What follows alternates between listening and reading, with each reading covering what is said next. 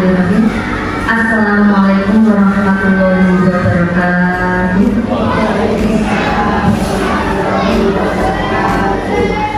Yang terhormat Ibu Kepala Sekolah SDN Siti Merto Ibu Yayu, yang saya hormati Bapak Ibu Guru SDN Siti Merto yang berbahagia. Alhamdulillah, alhamdulillahilladzi an'ama 'ala hazan inna rabbana laghafurun syakur. Asyhadu an la ilaha illallah wa asyhadu anna Muhammadan abduhu wa rasuluhu sallallahu alaihi wasallam wa alihi wa sahbihi. Alhamdulillah, puji syukur kehadirat Allah Subhanahu wa taala. Pagi hari ini kita dipertemukan di SDN yang sangat megah menurut saya, walaupun berada di tepi sawah tapi sangat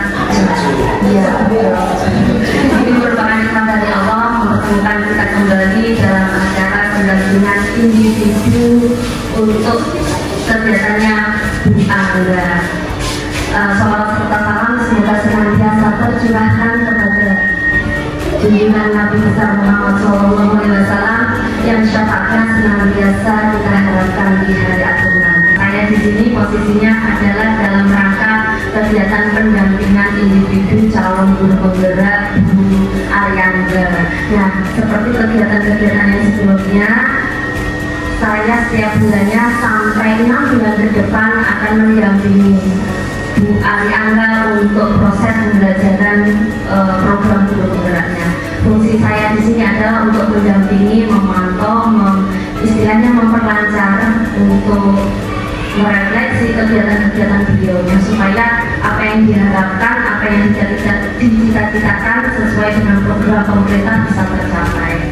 Nah, untuk kegiatan hari ini adalah diskusi visi dan prasarana program sekolah.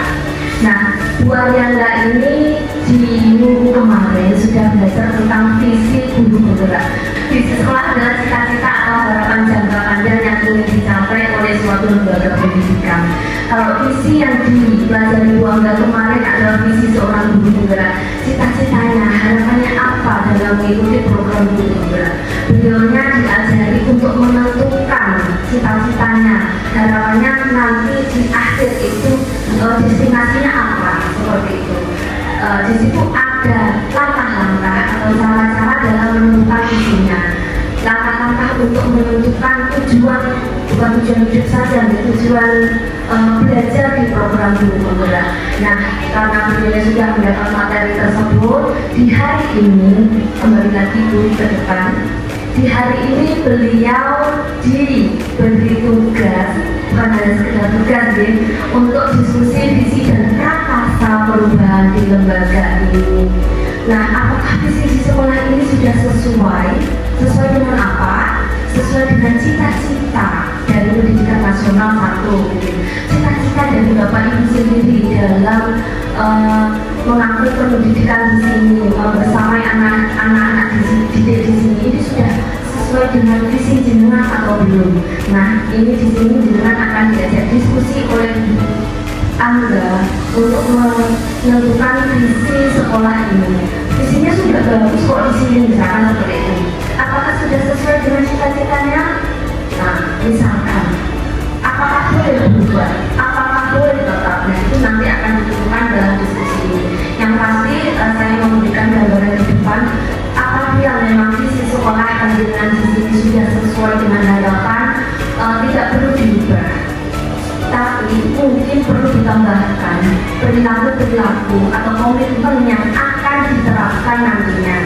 Nah, di sini yang pasti semuanya pasti boleh berubah, harus berubah, karena yang namanya zaman itu pasti mengalami zaman itu dinamis, pasti mengalami perubahan. Kalau kita tidak mau berubah, pasti akan ketinggalan. Nah, apabila di dalam perjalanan ini nanti ternyata ada perubahan, monggo Bapak Ibu bersama untuk menentukan kira-kira perubahan mau yang bagaimana, seperti apa. Nanti kita lihat aksinya Bu Angga untuk sekedar memfasilitasi kita semua di sini menentukan visi dan prakasa perubahan di sekolah. Ini nanti Bu Angga akan menampilkan visi kita yang sesungguhnya setiap harinya untuk mengupas kembali sudah sesuai alhamdulillah. Katanya selanjutnya saya mohon maaf yang sebesar-besarnya. Wabillahi taufiq wal hidayah. Wassalamualaikum warahmatullahi wabarakatuh. Kepada Bu Ardiandra saya persilakan. Monggo Bu. Assalamualaikum warahmatullahi wabarakatuh. Di sini saya perlu bimbingan Bu untuk mendiskusikan tentang visi dan prakasa perubahan pada pendampingan individu kedua guru penggerak angkatan 10 dengan judul diskusi visi dan prakasa perubahan di sekolah. Saya yakin dengan semua itu mempunyai impian, cita-cita murid kita itu mau dibawa kemana dan hasilnya itu bagaimana. Dan sekarang mari kita diskusi bersama di dalam forum ini.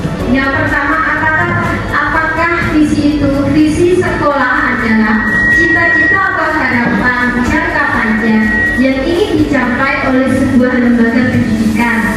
Tentunya visi kita sudah kita buat di dalam 1 tahun terakhir ini, tahun ajaran 2023 dan 2024. Merupakan penjabaran dari tujuan yang ingin diwujudkan dalam jangka waktu tertentu.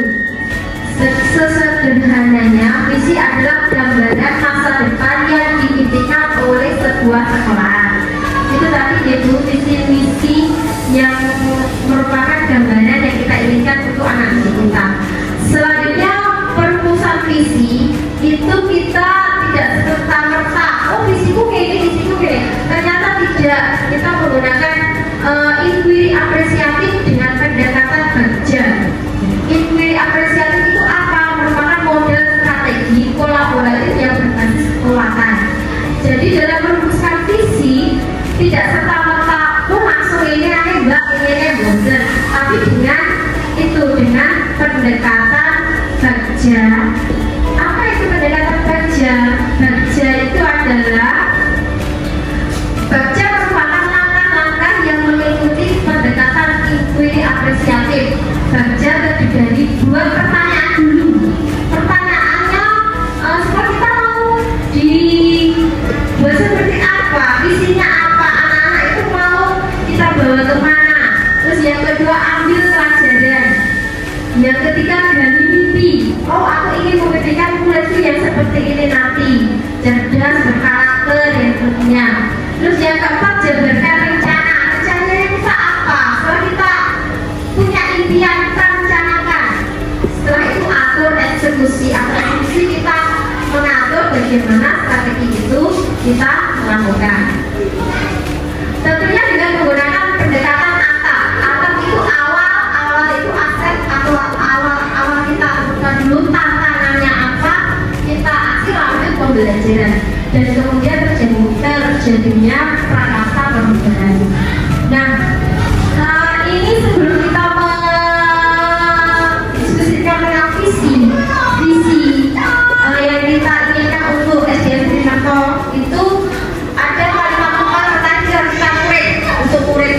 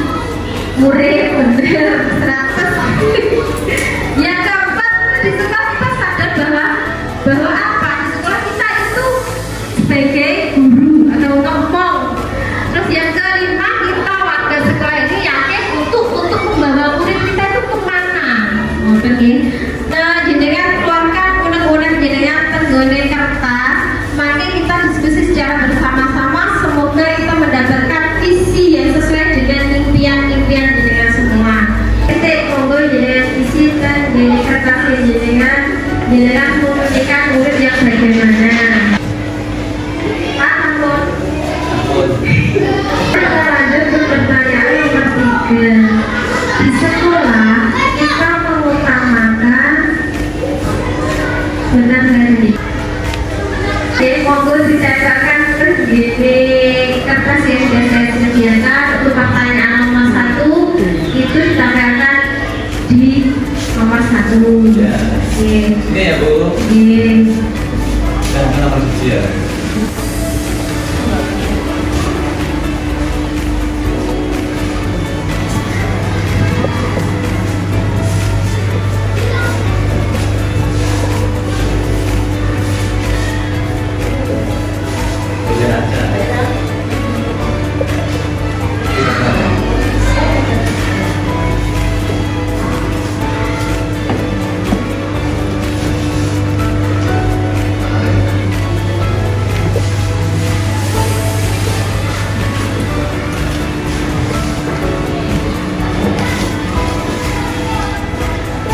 Mungkin enggak nyampe. Nih, nyampe. Belum ada. Nyampe.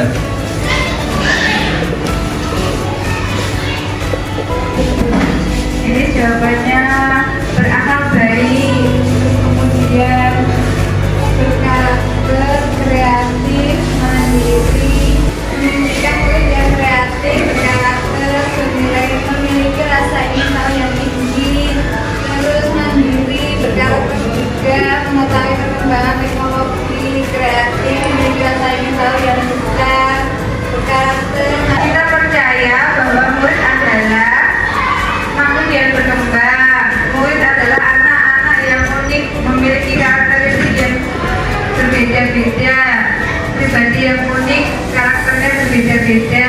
Setiap murid istimewa, memiliki cita-cita yang besar, unik dan istimewa, mempunyai karakter dan cita-cita yang berbeda, unik, beragam, istimewa. Saya akan membacakan hasil diskusi dari teman-teman tentang pertanyaan yang nomor 3, yaitu di sekolah kita mengutamakan apa. Berarti di sekolah kita 1 mengutamakan karakter anak, yaitu ada sopan, santun, senyum, dan sama. Ada juga yang membutuhkan murid yang perlu ilmu. Ada juga yang taat beragama, taat kepada orang tua, serta taat kepada Allah Subhanahu wa Ta'ala. Ada yang menjaga kejujuran, akhlak, dan bertanggung jawab.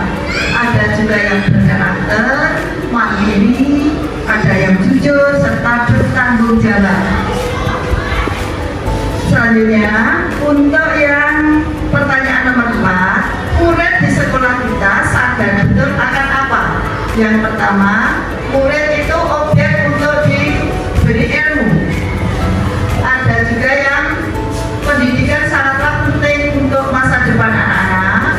Yang berikutnya ada untuk mencapai cita-cita yang tinggi serta taat peraturan.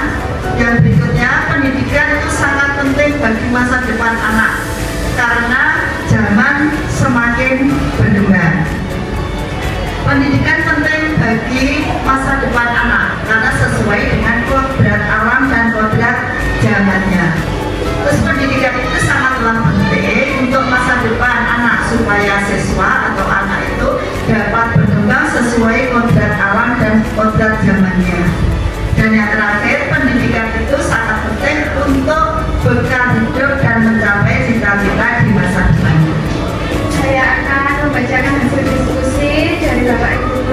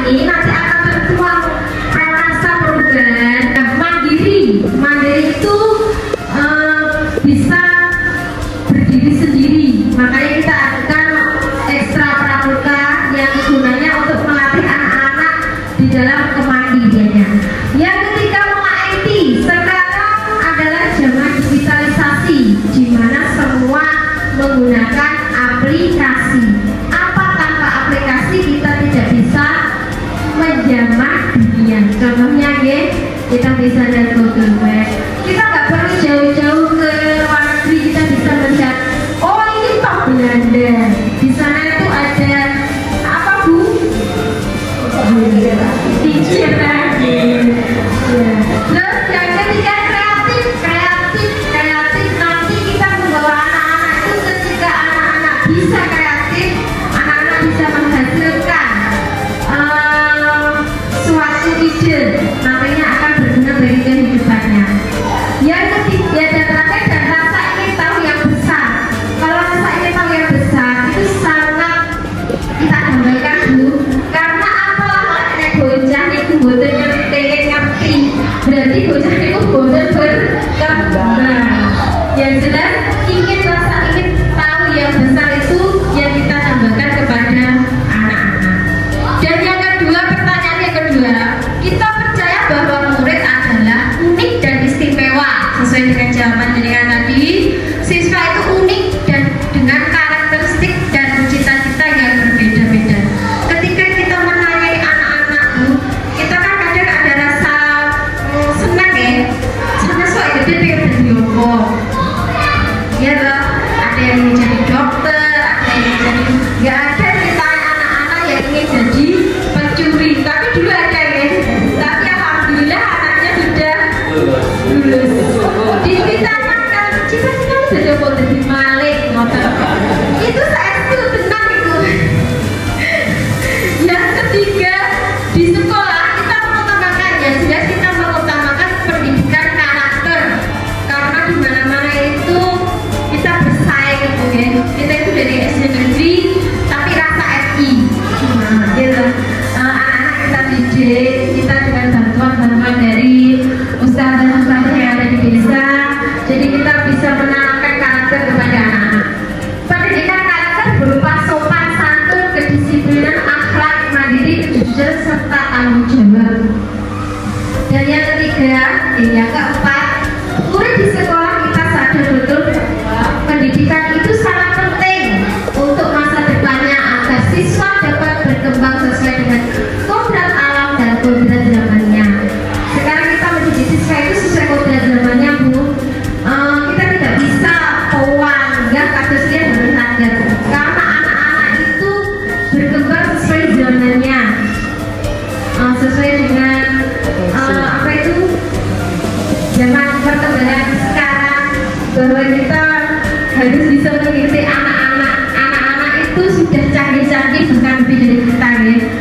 Terus yang kelima, kita warga di sekolah ini yakin untuk membantu menuntut segala kodrat yang ada pada anak-anak agar mereka dapat mencapai keselamatan dan kebahagiaan yang setinggi-tingginya, baik sebagai manusia maupun sebagai anggota masyarakat. Ini tuh kalimatnya itu kalau menurut saya itu dalam artinya.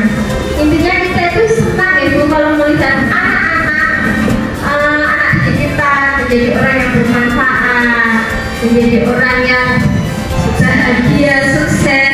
Bagaimana rasanya Bu? Bangga. Bangga, cocok ya.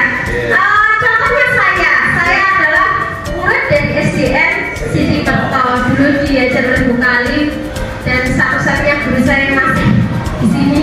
Terima kasih Bu Ibu ya, dan ya bangga membantu kayak gitu loh. Alhamdulillah sangat bangga sekali. Ya bisa menularkan ilmunya dan saya mengikuti jenengan. Alhamdulillah. Makasih ya Bu ilmunya sama ini. Iya, sama-sama. Tepuk tangan dulu. Selanjutnya, nah sekarang kita ke visi SDN Siti Peto yang kita sudah buat di tahun 2023 dan 2024, yaitu visi kita, yaitu meningkatkan pendidikan berlandaskan impact untuk mewujudkan peserta didik yang santun, cerdas, terampil, mandiri, dan berwawasan ke depan. Nah, dari visi itu kira-kira ada nggak Bu yang mau ditambahkan? Ada, kamu nggak ya? Di situ dicantumkan peserta didik yang santun. Iya, santun. Ya sewajarnya seharusnya diperkembangkan atau diluaskan lagi yaitu santun dalam arti 5S. Ya, Jadi ada salam, salam, sapa, senyum, sopan dan santun. oh kabar. Nanti PR buat kita di FBU bahwa kita ke depannya akan menambahkan mungkin santun itu dalam artian apa. Lanjutnya, nah setelah itu kita tuangkan dalam profil pelajar Pancasila. Yang jelas tadi apakah sudah mencakup profil ini di dalam visi kita?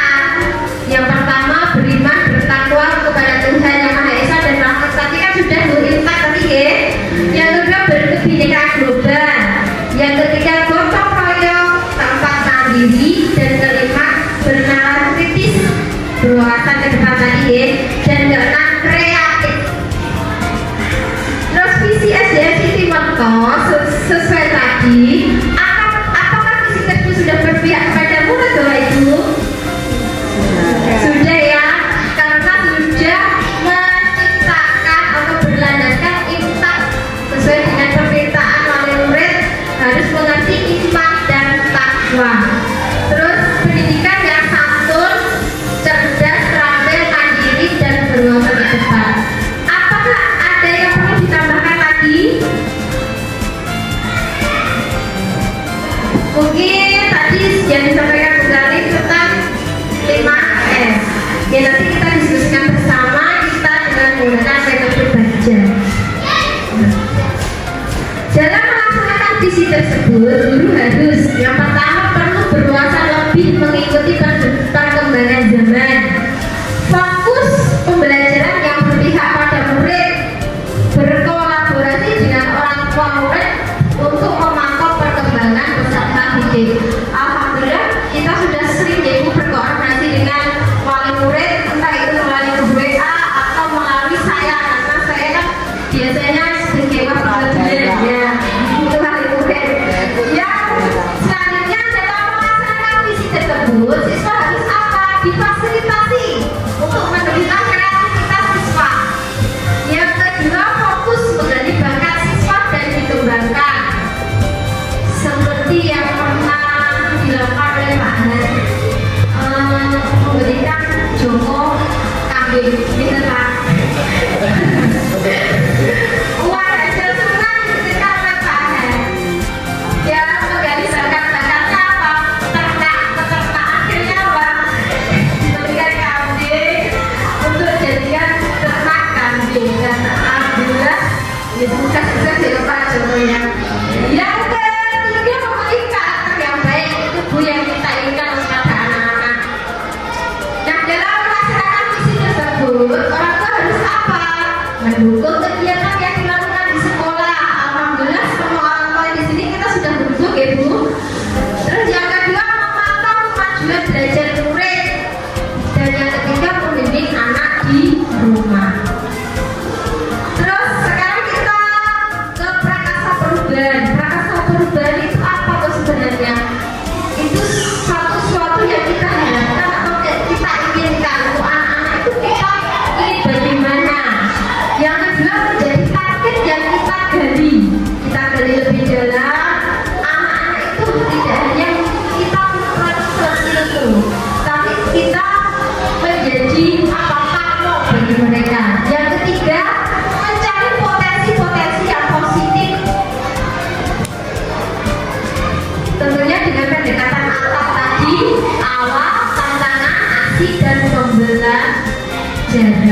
Nah, rumusan kata-kata perubahan tadi yang kita diskusikan sesuai keinginan dari teman-teman, menerapkan karakter 5S yang berkelanjutan di sekolah sampai dalam artian 5S tadi. Nah, kita menggunakan metode baca. Kita buat pertanyaan, ambil pelajaran, gali kritis, jabarkan, dan atur eksekusi. Yang pertama kita buat pertanyaan dulu. Buat pertanyaan, bagaimana perilaku peserta didik di SDN Siti Mekto? Tindakannya untuk menyelidikinya, melakukan observasi kepada peserta didik. Apakah anak-anak itu kalau ketemu gurunya sudah senyum?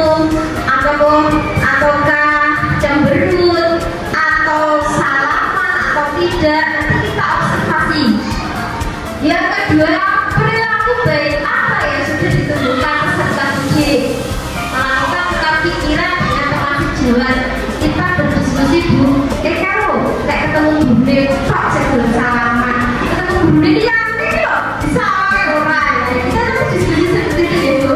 Dan sebenarnya seperti kita ngomong kayak dulu di kantor Enggak terasa. karena sendiri mau bisa kayak Pak Niko dia ada semangat gitu. Yang ketiga, bagaimana menumbuhkan karakter 5S pada peserta didik. Ya, kita lakukan itu melakukan pembelajaran yang mencerminkan perilaku 5S. Makanya kalau kita datang kadang Bu Yayu itu langsung melatih katanya. Nah, itu memberikan contoh kepada anak-anak bahwa kalau ada yang lebih dua sebenarnya masih bisa. Yang kedua yaitu kita ambil pelajaran. Nah, pertanyaannya siapa saja peserta didik yang sudah menerapkan perilaku 5S? Kita membuat daftar list yang sudah menerapkan perilaku berkarakter 5S. Kadang-kadang kita sebagai guru ya bisa melihat anak-anak, oh dia loh sendiri salaman, oh itu gurunya loh kayak nyontok. Kita kan tahu, kita buat daftar list dulu. Nah, yang kedua, untuk maaf sebenarnya dua bukan yang satu. Apa manfaat bagi peserta didik yang sudah menerapkan perilaku 5S? Yang kita lakukan yaitu menggali pengetahuan peserta didik yang menerapkan perilaku 5S. Nah, menggali pengetahuan. Sampai nyapa kerja kok salaman, kita jadi seperti itu. Hanya aku kok kudu senyum, hanya aku kok kudu nyapa. Nanti kita gali.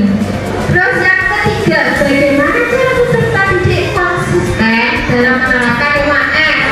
Kita melakukan konsultasi dengan kepala sekolah dan berkolaborasi dengan rekan sejawat. Kita tidak bisa menerapkan program kalau hanya kita berjalan sendiri tanpa bantuan jajaran semua. Kalau kita menerapkan suatu program harus 5S, berarti semua bahkan kita sebagai guru harus menjadi contoh yang baik. Kalau kita nggak contoh yang baik, nanti murid kita kan juga kayak sama guru. Nah, guru adalah di buku lagi. Mata Pak. Yang ketiga itu jabarkan rencana. Rencananya kita bagaimana kok berkonsisten menerapkan perilaku berkarakter 5S. Yang pertama, tidaknya dengan kita membiasakan praktek baik agar ditiru peserta didik. Nah, seperti saya jelaskan tadi, kalau kita sendiri tidak menerapkan dan yang mau murid menerapkan gitu, berarti kita mulai dari diri kita sendiri. Tapi alhamdulillah kita sudah menerapkan yaitu walaupun kadang bola dari sama, jadi lalu dari sama, padahal seperti itu. Ya, lebih bersih. Kira-kira mau nggak rasanya aku salaman deh? Iya, dosa. Terus yang kedua, berapa lama menumbuhkan karakter 5S? Konsisten memberi keteladanan. Nah, kita memberi keteladanan kepada anak-anak bahwa kita juga menerapkan 5S. Yang keempat, dari mimpi. Nah, bagaimana perasaan guru jika semua peserta didik menerapkan perilaku berkarakter 5S? Kita mulai dari diri kita dulu Bapak Ibu. Perilaku berkarakter 5S akan ditiru oleh peserta didik. Yang kedua, apakah bisa semua peserta didik menerapkan perilaku berkarakter 5S? Kira-kira bisa atau tidak Pak? Bisa ya, insya Allah nanti kita akan programkan di tahun 2024-2025 kita menerapkan program 5S. Dan yang terakhir kita atur eksekusinya. Siapa saja yang terlibat dalam penerapan perilaku berkarakter 5S? Yang jelas semua warga sekolah, bahkan orang tua. Kayak tahu mulai di perak-perok dan kan. Kita terapkan di sekolah dan di rumah. Terus dua